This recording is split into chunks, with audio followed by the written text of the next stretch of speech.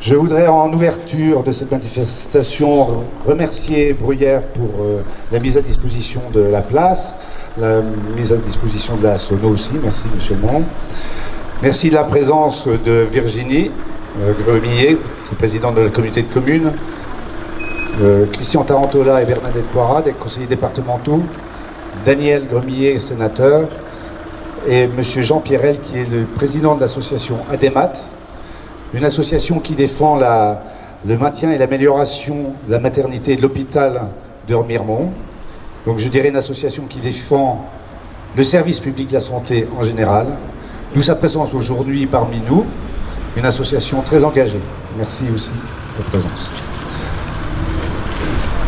Aujourd'hui, nous manifestons pour la réouverture du centre médico-pédagogique de Bruyères, fermé temporairement depuis 7 ans. Cela fait 7 ans que tous les ans nous alertons et demandons cette réouverture. Figurez-vous que la santé mentale a été désignée grande cause nationale pour cette année 2025. Nous sommes là pour demander que cette grande cause nationale ruisselle jusqu'à Bruyères. C'est le moment. La jeunesse souffre, les ados souffrent. Un rapport paru en 2023 montre qu'un enfant sur 6 a eu besoin ou recours à un professionnel, un psychologue. Donc il est temps de remettre en place le CMP, car les enfants et les ados de Bruyères et des villages en ont besoin. Maintenant, je vais donner la parole à M. Durin.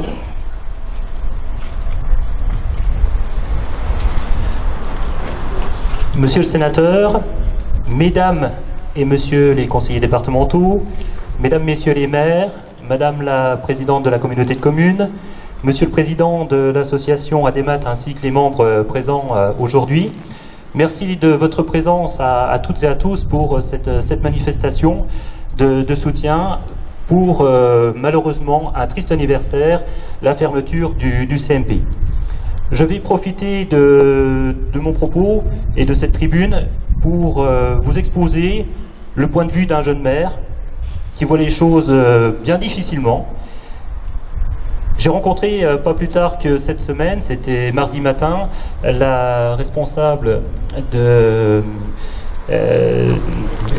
l'ARS, merci bien, qui est venue à ma rencontre à Bruyères, avec qui on a pu échanger très librement sur ce qu'était la santé aujourd'hui. La santé qui malheureusement est bien malade. Je vais d'abord commencer par parler du CMP. Ce CMP, on l'a abordé avec Madame la directrice et je lui ai exprimé bien entendu le fait qu'il fallait que ce CMP puisse à un moment revenir ou tout du moins qu'on puisse trouver des solutions d'accompagnement.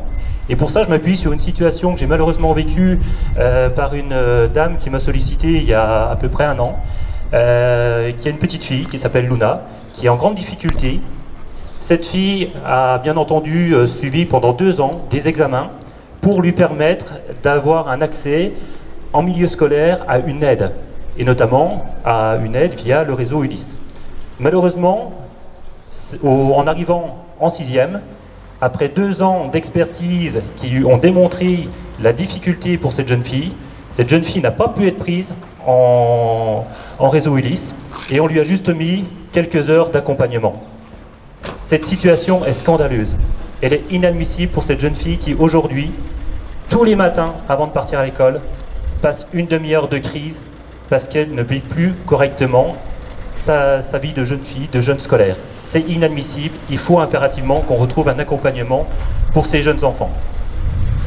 L'hôpital est malade et j'en parlais avec la directrice également sur le fait que je pense qu'on prend mal la problématique.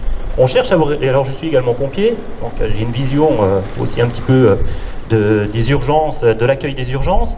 Et en fait, il est vrai qu'on voit dans nos hôpitaux des urgences qui sont blindées. Sauf que le problème, il n'est pas aux urgences, il est à la fin du maillon. Et je regrette très fermement d'avoir 12 lits à l'hôpital qui sont fermés. Il n'y a pas le personnel, bien entendu, adéquat pour les ouvrir. Mais je regrette que ces lits soient fermés alors qu'ils pourraient très probablement permettre le désengorgement des services des hôpitaux d'Épinal, Remiremont et Saint-Dié pour permettre une meilleure prise en charge en milieu hospitalier. J'ai vraiment à cœur de remercier les personnels des hôpitaux, les personnels de base, les personnels qui sont au chevet de des victimes, qu'ils soient aides-soignants, qu'ils soient personnel ASH, qu'ils soient personnel infirmier, et qui quotidiennement sont au chevet des victimes pour les aider. Malheureusement, on a créé un mauvais hôpital. Pourquoi? Parce qu'avec les années, qu'est-ce qu'on a créé? On a créé un millefeuille. Quand vous allez à l'hôpital, vous voyez le pôle de santé, le cadre de santé, le cadre supérieur, le cadre ci et ça. Et on oublie une chose. Qui c'est qui est près du patient? Il n'y a plus personne. Les personnels qui sont auprès des patients, ils en souffrent. On manque de moyens. Il est impératif de revoir notre position et notre fonctionnement du milieu hospitalier. Alors bien entendu, ce millefeuille, je parle du milieu hospitalier, mais il est vrai sur une entité que je connais un peu plus, sur le SDIS, où si vous regardez les chiffres de ces 4 dernières années, on a augmenté le nombre d'officiers. Par contre, on a un feu à Bruyères, il y a quelques semaines, et on doit attendre les pompiers de Saint-Dié pour venir sur le feu. Je pense qu'il y a un problème, et je pense que la hiérarchie, ou les décideurs tout du moins, ont quand même un problème d'organisation et de vision des choses. Alors bien entendu, on a une position aussi. On a notre position d'élu, et je pense qu'il est important de regarder l'avenir et de reconstruire autre chose, de reconstruire autrement notre milieu, notre fonctionnement dans la santé et dans les différentes entités qu'on peut gérer, parce que la souffrance, elle est bien entendu au quotidien. La population de Bruyères, j'en suis malheureusement l'écho aujourd'hui, la population de Bruyères souffre de tous ces manquements des différentes entités qui devraient être aux côtés des citoyens. Donc voilà, c'est un petit coup de gueule, et je vous dis ma façon de penser en tant que jeune élu, qui analyse un petit peu différemment les choses aujourd'hui, mais c'est franchement le cri du cœur, et je l'ai exprimé, comme je vous l'ai dit, auprès de la directrice de l'ARS, parce qu'on a réellement besoin de ce CMP à Bruyères. Merci.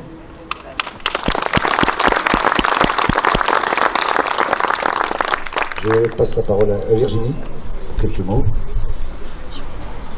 Merci Jean-Louis. Bonjour à toutes et à tous. Donc je suis là en tant que maire de l'Épanche-sur-Vologne et présidente de la communauté de communes de Bruyères-Vallon-des-Vosges. Donc la communauté de communes n'est pas compétente en matière de santé, mais je voulais être parmi vous aujourd'hui pour signifier mon soutien à cette cause, puisque le CMP touche surtout les adolescents et les jeunes enfants. Et vous savez que la communauté de communes met en place de nombreuses actions en faveur de la jeunesse, puisque la jeunesse, c'est l'avenir de notre territoire. Et plus largement, ce CMP pourrait accueillir des personnes de toutes les communes de la communauté de communes. Donc c'était un service nécessaire, et je trouve malheureusement déplorable qu'il ne puisse pas réouvrir, comme cela avait été promis à l'époque. Donc je ne serai pas plus longue, mais soyez assurés de mon soutien, Monsieur le Président, à votre cause, et en espérant que les choses bougent et que l'ARS fasse quelque chose de satisfaisant pour nous. Merci.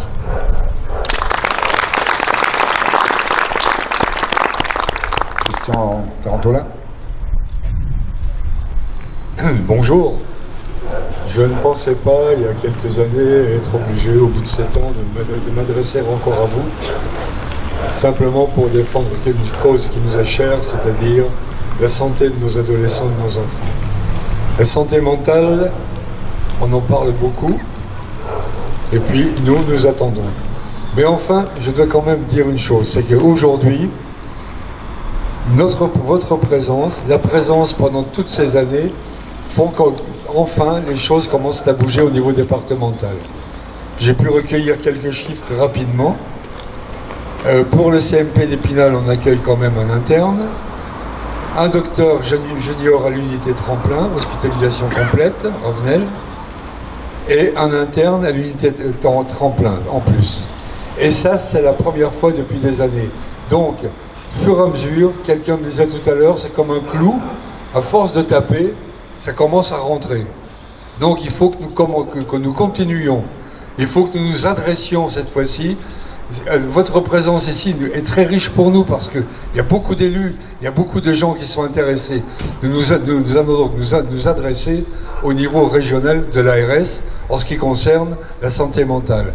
Il faut savoir aussi que la santé mentale dans les Vosges ne dépend pas du groupement hospitalier territorial vosgien, mais d'un groupement hospitalier régional. Et ce que nous avons toujours déploré, je vois ma collègue qui est en face, là, on a toujours été contre le fait que la santé mentale ne soit pas, incluse dans le GHT vosgien. Donc, vous voyez, il y a quand même des choses. Peut-être que nos appels, finalement, des élus, commencent à être entendus.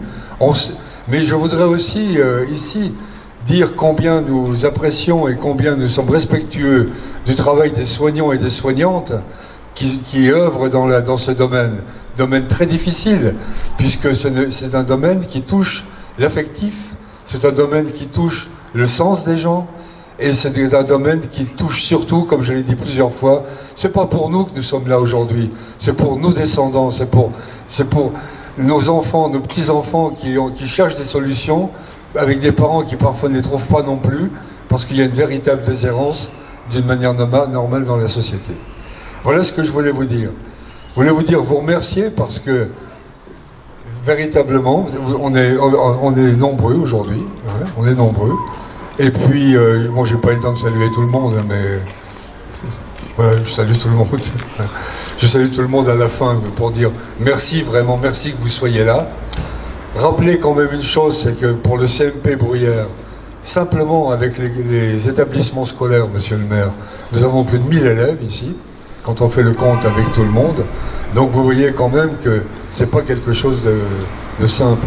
Et mes collègues disaient tout à l'heure qu'il y avait les villages alentours, hein. Donc c'est quand même une présence enfantine qui est vraiment très forte. Voilà, et je voulais remercier aussi qui nous a accueillis, l'ADEMAT, parce que vous avez apporté une force supplémentaire. C'est une force extrêmement constructive, je tiens à le dire, parce que c'est pas simplement pousser des coups de gueule, mais c'est apporter aussi, demander des solutions. La santé publique, c'est notre santé, c'est la nôtre. C'est fait avec nos cotisations, c'est fait, et donc il ne faut pas non plus que ça soit égaré. Voilà. Merci encore d'être présent. Et j'espère qu'on ne se reverra pas l'année prochaine. Merci.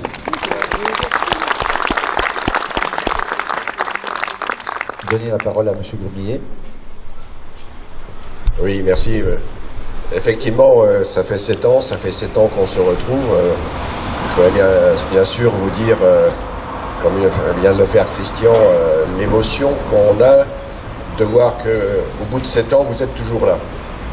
Et quand je dis ça, c'est que dès le début, l'action qui a été conduite et la présence des maires avec leur écharpe ou les représentants des communes ici présents, saluant le maire de Bruyères qui nous accueille, montre effectivement que la question qui a été posée il y a 7 ans est un vrai sujet de société et surtout un sujet sur lequel on ne peut pas comprendre que ici, Bruyères, et j'ai eu l'occasion encore hier d'en parler, on a parlé ensemble, Bruyères est un exemple typique où vous avez à la fois de la jeunesse des collèges, à la fois de la jeunesse des lycéens, donc une présence de cette jeunesse qui est en souffrance. Et effectivement, la pandémie Covid n'a pas arrangé les choses et tous les chiffres nationaux qu'on peut avoir montrent qu'il y a eu une amplification de la fragilité mentale au niveau de la jeunesse. D'ailleurs, on s'en rend compte aussi suite à ces 2 années un peu compliquées, une diminution importante du monde associatif. Donc il y a quelque chose qui s'est passé en termes de relations qui montre une nécessité supplémentaire d'être présent aux côtés de celles et ceux qui... Et c'était la chance qu'on avait ici à Bruyères, c'est-à-dire qu'il n'y avait pas besoin de transport. Les jeunes, ils pouvaient sortir du lycée, sortir du collège pour se rendre au CMP. C'était une chance absolument fabuleuse. C'est l'argument que nous avons, c'est l'argument devons continuer de dire en permanence aux autorités. Et effectivement, notre demande, elle n'est pas si compliquée que ça. On ne demande pas forcément une présence permanente, comme on avait eu la chance de la connaître, mais d'avoir une présence toutes les semaines, d'avoir une écoute. Pourquoi je dis ça? Parce que je suis toujours surpris. On est dans une société qui est de plus en plus fragile. Chaque fois qu'il y a un événement aujourd'hui, on est capable de mettre en place une cellule psychologique d'accompagnement.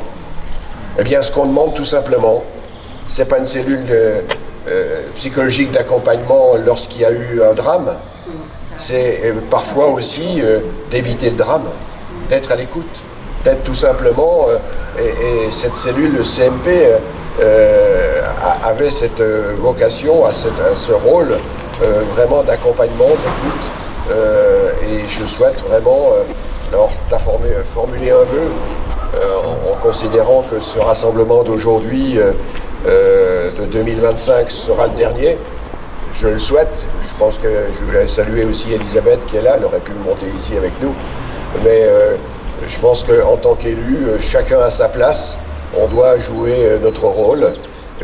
J'ai été présent depuis le début, je continuerai d'être présent jusqu'à ce qu'on ait trouvé effectivement une solution de présence ici sur Bruyères pour répondre aux attentes de notre jeunesse. Je salue le travail qui est fait par la DEMAT sur un autre plan plus général. Mais là, on est vraiment dans un sujet majeur de la société. Cette société est fragile et d'une jeunesse qui est vraiment fragile aujourd'hui. Et notre rôle, effectivement, c'est d'anticiper et c'est d'être à leur côté. Donc je souhaite, alors ça bouge un peu, c'est vrai, il y a une écoute qui est un peu différente. Je sais qu'on n'aura pas de génération spontanée de professionnels de la santé. Il y a une mobilisation nécessaire au niveau national. Il y a un certain nombre de choses qui ont été votées, il y a des choses qui ont bougé, mais il y a moyen aussi de s'organiser autrement pour que effectivement ce territoire, cette proximité et cette écoute soient réelles sur notre secteur de Bruyères, sur les villages qui sont autour de Bruyères. C'est une responsabilité que nous avons et votre présence aujourd'hui démontre cette mobilisation depuis la première heure jusqu'à aujourd'hui. Donc souhaitons qu'effectivement on puisse déboucher rapidement sur une solution d'abord de provisoire, mais cette solution provisoire doit ensuite déboucher sur un schéma plus assis de présence. Voilà, merci à vous tous de votre présence. Moi, ça me renforce dans mes responsabilités. C'est ensemble, au coude à coude, que nous serons en capacité, effectivement, de trouver une solution, si nécessaire, à notre territoire. Merci.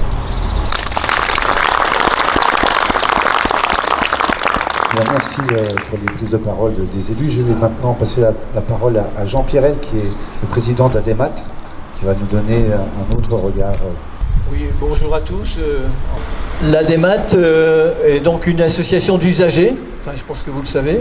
Donc ce sont des citoyens qui sont engagés pour la défense du service public hospitalier et, comme le dit la banderole en dessous, l'accès aux soins pour tous et partout.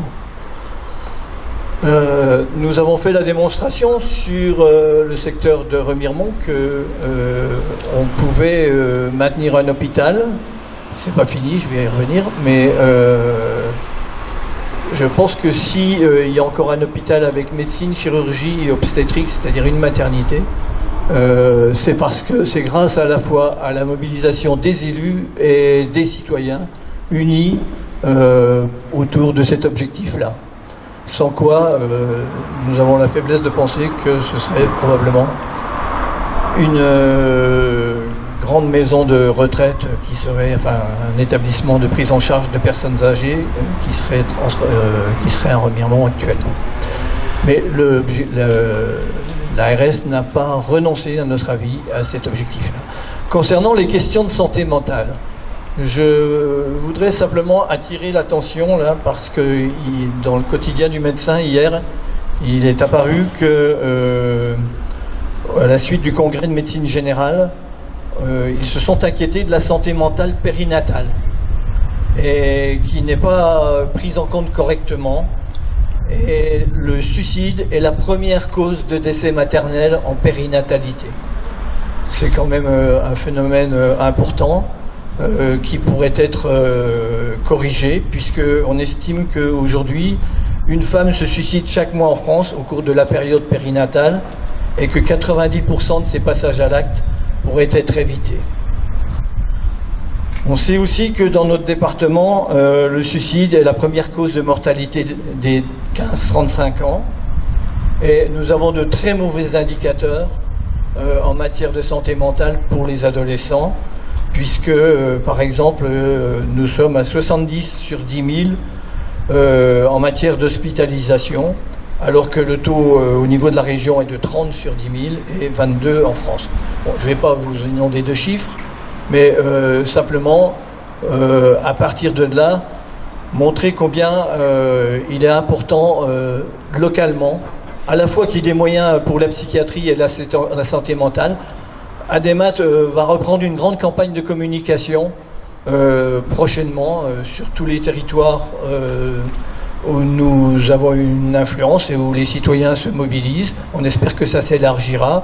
Et dans cette campagne de communication, ce sera, je vous le dis, c'est en avant-première, on va imprimer sur les sacs à pain, quand vous allez chez le boulanger, notre logo avec un slogan, entre autres, pour la nécessité d'accorder des moyens à la psychiatrie et à la santé mentale, partout en France, mais bien sûr dans notre département.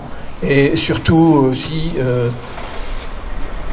il est important qu'il y ait une mobilisation citoyenne, et donc elle mérite d'être renforcée. Notre association, puis je vais m'arrêter là, nous terminons l'année avec 1050 adhérents, dont 83 communes, collectivités territoriales, PETR, et nous rayonnons aussi sur le Nord Haute-Saône, donc c'est important, et on espère qu'en 2025 on fera encore mieux, et que nous serons encore plus nombreux à nous mobiliser, parce qu'il est important que l'hôpital public retrouve ses lettres de noblesse, et que la sécurité sociale, parce qu'il ne faut pas l'oublier, derrière, il y a la sécurité sociale, et finalement les moyens de fonctionner et de répondre aux aspirations et aux besoins de santé de notre population qui, dans notre territoire, est vieillissante, et il ne faut pas l'oublier. Voilà, merci.